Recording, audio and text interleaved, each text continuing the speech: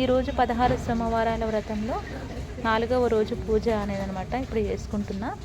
అట్లాగే ఈ పూజతో పాటు మరొక జ్యోతిర్లింగం గురించి మీకు కంప్లీట్ డీటెయిల్స్ అయితే షేర్ చేసుకుంటున్నాను. ప్లీజ్ ఎండింగ్ వరకు చూడండి.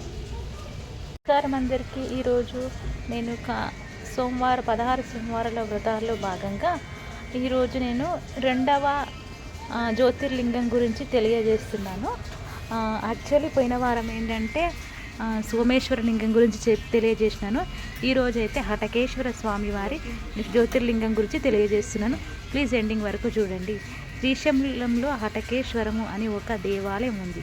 అది విచిత్రమైన దేవాలయం. ఒక బంగారు లింగం తనంత తాను కుండ పెంచునందుకు ఆవిర్భవించిన హటకేశ్వర దేవాలయం క్షేత్రం కనుక దాన్ని హటకేశ్వరం అని పిలుస్తారు. అక్కడ మెట్లు బాగా కిందకి వస్తే పాలధారలు, పంచదారలు అని 5 దారలు పడుతూ ఉంటాయి. పరమశివుని లలాటమునకు తగిలి పడిన ధార పాలధార అనగా జ్ఞానాన్ని నేత్రమైన ఆ కంటి నుండి పైనుండి జ్ఞానగంగ మరింతగా తరలి కింద పడిన ధార. ఇది శివుడి లలాటమును తగిలి వస్తున్న ధార అని లోపలికి పుచ్చుకుంటే ఉత్తర క్షణం మీరు గొప్ప ఫలితాలను పొందుతారు. ఎందుచేత ఇలా ఏర్పడింది? ఈశ్వరాలయంలో తీర్థం ఇవ్వరు కాబట్టి సాక్షాత్తు సాకార రూపముడైన ఈ శంకరునికి తగిలి పడిన ధార పాలధార. పంచదారలు 5 దారలుగా ప్రకాశిస్తా ఉన్న భగవంతుని శిరస్సును తగిలి పడిన దారులు. ఈ తీర్థం తీసుకునేటప్పుడు మర్యాద పాటించాలి. చెప్పులతో వెళ్ళకూడదు. శంకర భగవత్పాదుల వారు తపస్సు చేసి అక్కడే శివానందలహరి చెప్పారు. అక్కడ ఆయనకు భ్రమరాంబికా దేవి ప్రత్యక్షమయ్యింది. చంద్రశేఖర పరమాచార్య స్వామి తపస్సు చేసుకుంటూ ఉండిపోతాను అన్న ప్రదేశం అదే. అంత పరమ పావనమైన ప్రదేశంలో పంచదారలు పడతాయి. అందులో ఒకటి బ్రహ్మధార, ఒకటి విష్ణుధార, ఒకటి రుద్రధార, ఒకటి చంద్రధార, ఒకటి దేవధార. ఈ పంచదారలు స్వీకరించటం సృష్టికర్త, స్థితికర్త, ప్రళయకర్త, లోక సాక్షాలైన సూర్యచంద్రుడు ఈ 5 తీర్థాలను అక్కడ తీసుకువచ్చి ఇంత పరమ పావనమైన క్షేత్రం శ్రీశైల క్షేత్రం. శ్రీశైలంలో ఉండే భ్రమరాంబ అమ్మవారి దేవాలయం వెనకాతల నిశ్శబ్దంగా ఉన్నప్పుడు వెళ్ళి చెవిని బాగా నొక్కిపెట్టి ఉంచి మీరు చాలా జాగ్రత్తగా కళ్ళు మూసుకొని వింటే ఒక తుమ్మెద చేసిన జుంకారము వినబడుతుంది. దాన్ని భ్రమరీవాదము అంటారు.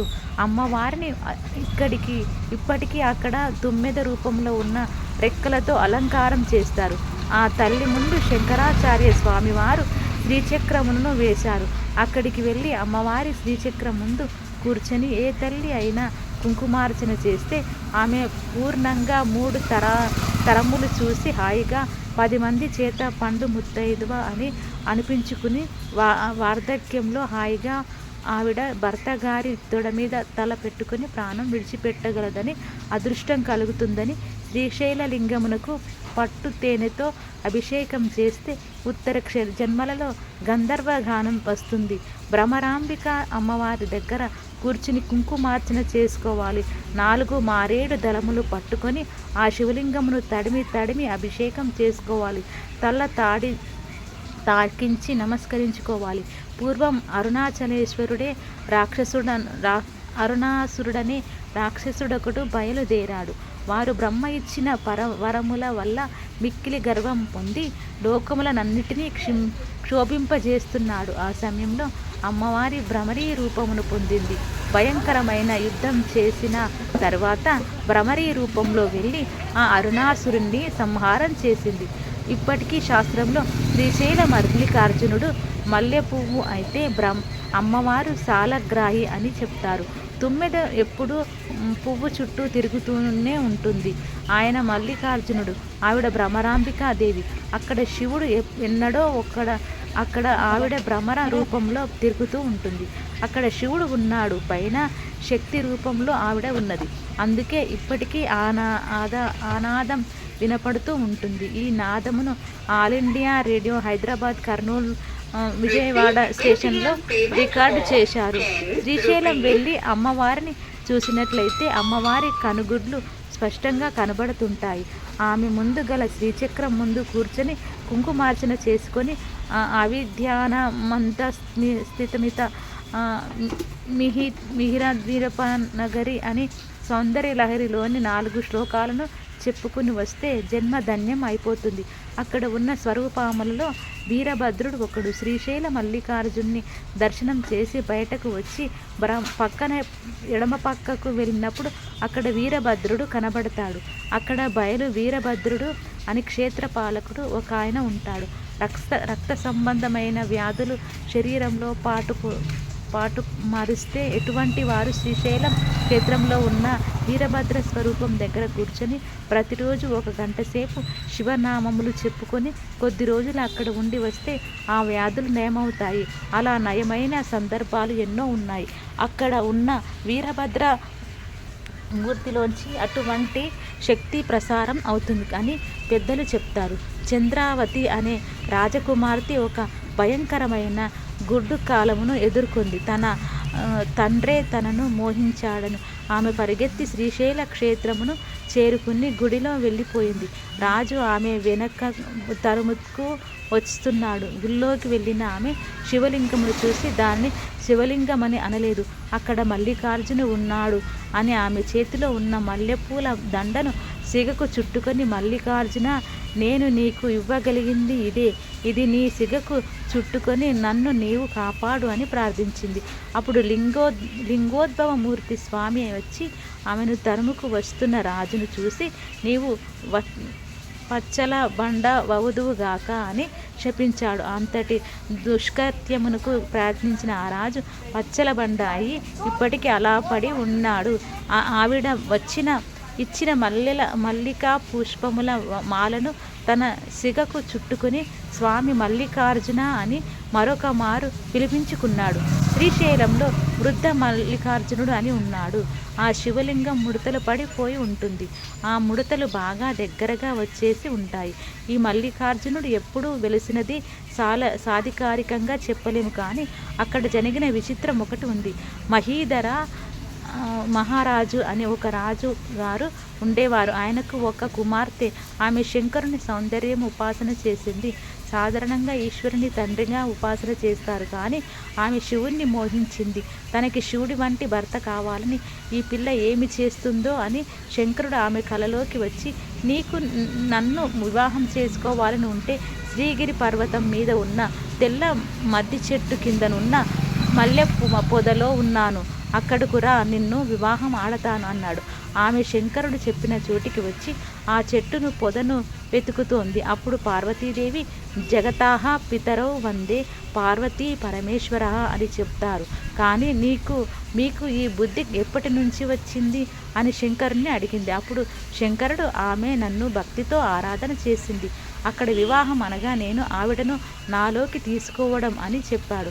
అప్పుడు పార్వతీ దేవి అయితే ఆమెకు ఉపాసనలో అంత భక్తి ఉన్నదా అని అడిగింది. అప్పుడు శంకరుడు ఆమె ఎంత భక్తి తత్పరురాలో చూపిస్తాను చూడు అని వెంటనే 96 సంవత్సరముల వృద్ధునిగా మారి వెతుకుతున్న పిల్ల దగ్గరకు వెళ్ళి, పిల్ల, నీవు ఇక్కడ ఎవరి కోసం ఎదురుతున్నావు అని అడిగాడు. ఆమె తాను శివుడి కోసం వెతుకుతున్నాను అని జవాబు చెప్పింది. అప్పుడు ఆయన, నేనే శివుడిని, ఇంత వృద్ధుడిని కదా, నన్ను పెళ్ళాడతావా అని అడిగాడు. నీవు వృద్ధుడవో యవ్వనంతో ఉన్నవాడవో నాకు తెలుసు. నాకు నీవే భర్త, వేరొకరి ఈ లోకంలో నేను భర్తగా అంగీకరించనని చెప్పింది.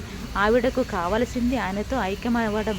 చూసావా పార్వతి, ఈమె భక్తి ఈమెకు నాలో ఐక్యం చేసుకుంటున్నాను అని శివుడు ఆమెను తనలో ఐక్యం చేసుకుని ఈ పిల్లను స్మరించి ఇటువంటి భక్తి తత్పరురాలి కోసం సృష్టిలో లేని విధంగా ముడతలు పడిపోయిన శివలింగమని వృద్ధ మల్లికార్జున లింగమని తలుచుకున్న వాళ్ళని పొంగిపోతూ నేను చూస్తాను అని వృద్ధ మల్లికార్జునుడై వెలిశాడు. అందుకే ఇప్పుడు అక్కడ కళ్యాణములు చేస్తున్నారు.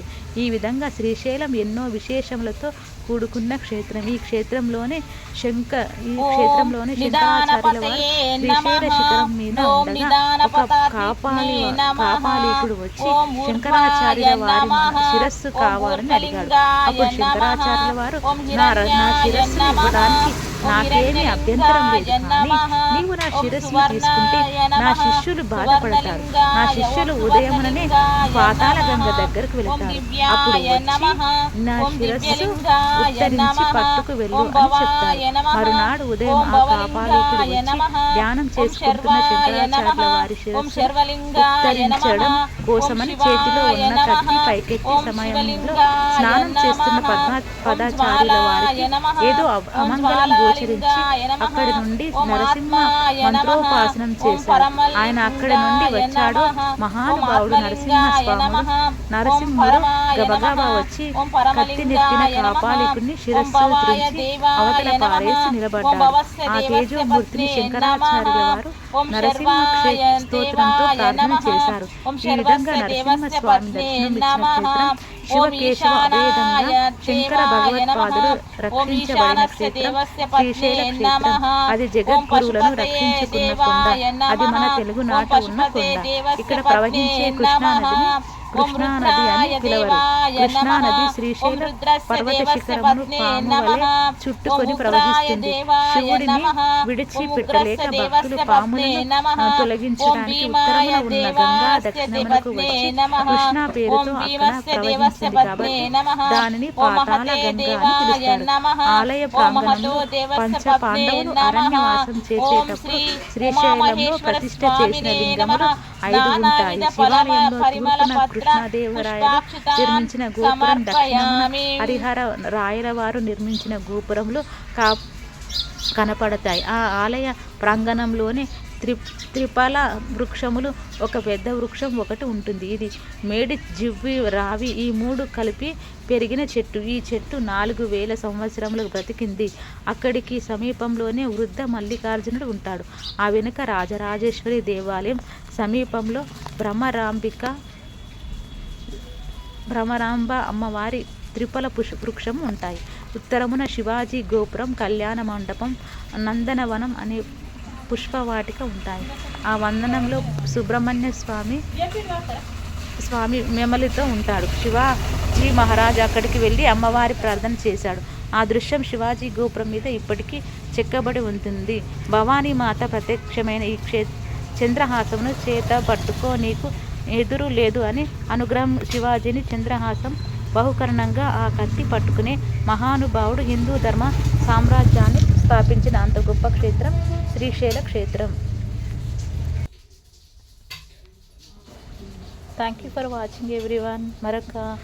మరొక జ్యోతిర్లింగ కథతో పాటు 5వ వారం అయితే మళ్ళీ మీ ముందుకైతే ఇట్లానే వస్తూ ఉంటాను. Thank you so much everyone. నా వీడియోస్ ఇలాగే చూస్తూ ఉండండి. మంచి కంటెంట్స్తో మళ్ళీ మీ ముందుకి వస్తూ ఉంటాను.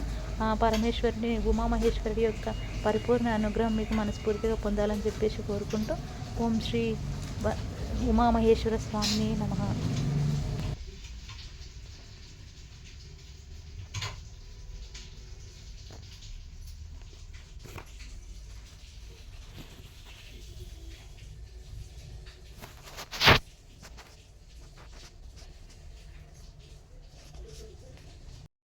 ఓం శ్రీ ఉమామహేశ్వరాయ నమః. ఈరోజు 16 సోమవారాల వ్రతాలలో భాగంగా 4వ సోమవారం అయితే ఇట్లా పొద్దున్నే పూజ అయితే వేసుకున్నాను అన్నమాట. షోడశోపచార పూజ అనమాట. స్వామివారికి 16 సోమవారాలు కాబట్టి 16 రకాలైన విధి విధానాలతోటి స్వామివారికి పూజ అయితే వేసుకోవాలంట. ఫస్ట్ అయితే స్వామివారిని అయితే ఆహ్వానించాలి. తర్వాత స్వామివారికి ఆసనం వేయాలి. స్వామివారికి పాదోదకం, శుద్ధోదకం ఇట్లా సమస్తం సమర్పించాలి. ఆ తర్వాత స్వామివారికి శుద్ధోదక స్నానం, పంచామృత స్నానం ఇట్లాంటివన్నీ జరుపుకోవాలి. ఆ తర్వాత స్వామివారికి అష్టోత్తర శతనామావళి, మనకు పువ్వులుంటే పువ్వులు, బిల్వపత్రాలు ఉంటే బిల్వపత్రాలు, అక్షతలు ఉంటే అక్షతలు, వాటితోనైతే వేసుకోవాలన్నమాట. నాకు ఈరోజు అదృష్టం కొద్దీ నాకు మల్లెపువ్వులు అనేవి దొరికినవి. స్వామివారికి ఎంతో ఇష్టమైనటువంటి మల్లెపువ్వులను అయితే, ఎందుకంటే స్వామివారి పేరు మల్లీశ్వరుడు కాబట్టి మల్లీశ్వర స్వామికి మల్లెపువ్వులతోనైతే నేను 108 పువ్వులతో అయితే ఇట్లా అష్టోత్తర శతనామావళి చేసుకున్నాను అనమాట. తర్వాత బిల్వపత్రాలని ఇట్లా స్వామివారికి సమర్పించుకున్నాను. ఇక్కడ పసుపు గౌరమ్మను చేసినాను. గణపతిగా భావిస్తాము, అట్లాగే గౌరీ మాతగా కూడా భావిస్తాం కాబట్టి ఇట్లా మనం అయితే పూజ అయితే చేసుకోవాలన్నమాట. నేను పెద్దగా అంగు ఆర్భాటలతో కాకుండా నాకు తోచినంతలో ఉన్నంతలో నేనైతే వేసుకున్నా. వారికి నారీకేల నైవేద్యం సమర్పించుకున్నాను. పంచామృతంతో అభిషేకం చేసి అట్లాగే పంచామృతాన్ని స్వామివారికి నివేదించడం అయితే జరిగింది. సాయంత్రం అయితే నేను అన్ని రకాలు మళ్ళీ అంటే గోధుమ రవ్వతో చేసినటువంటి ప్రసాదాన్ని అయితే సమర్పించుకుంటాను. అట్లాగే షోడశోపచార పూజ చేసుకొని మళ్ళీ స్వామివారి కథనైతే చదువుకుంటాను అనమాట. సాయంత్రం పూట కూడా నేను ఇట్లనే చేస్తాను అనమాట. అట్లే ఈరోజు ఏంటంటే స్వామివారికి నియమనిష్టల్లో ముఖ్యంగా ఉప్పు అనేది తినకూడదు, అసత్యాలు ఆడకూడదు. స్వామివారిని ఎంత అయితే వీలుంటే అంత అన్నిసార్లు ఎక్కువగా అర్చించుకోవాలి, పూజించుకోవాలి. నామస్మరణ అయితే మనసులో అయితే ఎప్పుడు తలుసుకుంటూ ఉండాలి. ఈ రోజంతా ఉపవాసిస్తూ ఉండాలన్నమాట. ఉపవాసం అంటే ఏంటంటే స్వామివారికి దగ్గరగా ఉపాసిస్తూ ఉండడం అనమాట. సో ఈ సోమవారం అయితే నేనైతే ఇట్లా చేస్తున్నా. ఇది నాకు 4వ రోజు. నిజంగా చెప్పాలంటే స్వామివారి అనుగ్రహం ఉంటేనే ఏదైనా జరుగుతుంది. శివుడాజ్ఞ లేనిది చీమైనా గుట్టదంటారు కదా. నిజంగానే చెప్తున్నా, నాకు స్వామివారి అనుగ్రహం కోసం నేను ఎంతో నాకు ఎక్కడో నేను నిజంగా ఇంతకుముందు ఎప్పుడు షోడశోపచార పూజ గురించి ఈ 16 సోమవారం వ్రతం గురించి నాకు అస్సలు తెలియదు. ఈ మధ్యనే నేను తెలుసుకున్నా. నాకు అప్పటి నుంచి వెళ్ళి ఇది చాతుర్మాస్య వ్రతం కదా, ఇది స్టార్ట్ అయింది కాబట్టి అప్పుడే నేను స్టార్ట్ చేద్దామని చెప్పేసి చాలా రోజుల నుంచి అనుకుంటున్నాను. కానీ ఇది చాతుర్మాస్య వ్రతం స్టార్టింగ్లోనే నేను స్టార్టింగ్ అయితే చేయడం జరిగింది. ఇదైతే నా 4వ పూజ. అంటే నాకు ఇంకా 12 సోమవారాలు నేనైతే ఈ పూజను ఇట్లనే నిష్టగా చేసుకోవాలని చెప్పేసి నేనైతే మనస్ఫూర్తిగా స్వామివారిని కోరుకుంటున్నా. ఇంకో విషయం ఏంటంటే పూజ చేయడం అంటే స్వామివారిని అర్చించడం, పూజించడం మాత్రమే కాదు, మనం ఎల్లవేళలా మన మనసులో స్వామివారిని నిలుపుకోవాలన్నమాట. ఎట్లయితే స్వామివారి అనుగ్రహం మనకు పరిపూర్ణంగా లభిస్తుంది. ఇంకో విషయం ఏంటంటే 16 సోమవారాల వ్రతాన్ని సాక్షాత్ పరమ శివుని భార్య అయినటువంటి పార్వతీదేవి ఆచరించి ఈ లోకానికి తెలియజేసింది కాబట్టి ఈ వ్రతాన్ని ఎవరైనా ఆచరించవచ్చంట. ముసలి వాళ్ళు, పసిపిల్లలు, పురుషులు, స్త్రీలు, అన్ని రకాల వాళ్ళు, అన్ని వర్ణాల వాళ్ళు కూడా ఈ పూజ అనేది చేసుకోవచ్చంట. స్వామివారు బోలాశంకరుడు కాబట్టి స్వామివారికి ఒక చెంబుడు నీళ్లు అభిషేకం చేసినా కానీ స్వామివారు ఎంతో పరిపూర్ణంగా మనకు అనుగ్రహాన్ని అనుగ్రహిస్తాడంట. అట్లాంటిది మనం షోడశోపచార పూజ చేసుకుంటే ఇంకెంత అనుగ్రహిస్తాడో మాటల్లో చెప్పలేం. ఎంత దేవతలు ఆచరించినటువంటి ఈ మహత్తరమైన పూజని నేను కూడా ఇట్లా ఈ సోమవారం చేసుకోవడం, ఇది నాకు 4వ సోమవారం ఈ పూజ నేను చేసుకోవడం నాకు చాలా అదృష్టంగా భావిస్తున్నాను. మీరు కూడా మీకు తోచినప్పుడు ఈ సోమవారాల వ్రతాన్ని మీరు కూడా ఆచరించండి. ఇదంతా నేను ఎందుకు పెడుతున్నానంటే నన్ను చూసి ఒక నలుగురు కూడా ఈ స్వామివారి పూజను చేసుకోవాలని చెప్పేసి నేనైతే నా నా నా పర్సనల్గా ఎక్స్పీరియన్స్తో చెప్తున్నాను. ఎందుకంటే మనకి ఇట్లాంటి పూజ ఉంటుందని చాలా మందికి తెలియదు. మన హిందూ పురాణాల్లో చాలా రకాల దేవీ దేవతలకు సంబంధించిన పూజలు, వ్రతాలు, హోమాలు, యజ్ఞ యాగాదులు చాలా ఉన్నాయన్నమాట. అవన్నీ ఆచరిస్తే భగవంతుడు అనుగ్రహం పరిపూర్ణంగా అంది మనకి ఎలాంటి కష్ట నష్టాలు రాకుండా, ఎలాంటి లోటుపాట్లు రాకుండా స్వామివారు చూస్తారంట. సో నాకు తెలిసింది నేను ఇట్లా ఆచరిస్తున్నాను. మీరు కూడా తప్పకుండా ఆచరిస్తారని చెప్పేసి నేనైతే మనస్ఫూర్తి కోరుకుంటున్నాను. ఇంతే పూజ చేయాలని ఏం లేదు. మనకు గుడి దగ్గర ఉంటే గుడికి వెళ్ళి కనీసం ప్రదక్షిణ చేసుకొని స్వామివారికి మొక్కుకున్నా కూడా అది గొప్ప ఫలితాన్నే ఇస్తుందంట. సో ఇదండి నా 16 సోమవారాల వ్రతాల్లో నా 4వ పూజ అయితే ఇట్లా కంప్లీట్ అయింది. Thank you so much everyone. నా వీడియోస్ కనుక నచ్చినట్టయితే లైక్ చేయండి, షేర్ చేయండి, కామెంట్ చేయడం మాత్రం మర్చిపోకండి. అందరికీ ఆ ఉమామహేశ్వరుడి ఆ పరిపూర్ణ అనుగ్రహం పొందాలని చెప్పి నేనైతే మనస్ఫూర్తిగా కోరుకుంటున్నాను. Thank you so much.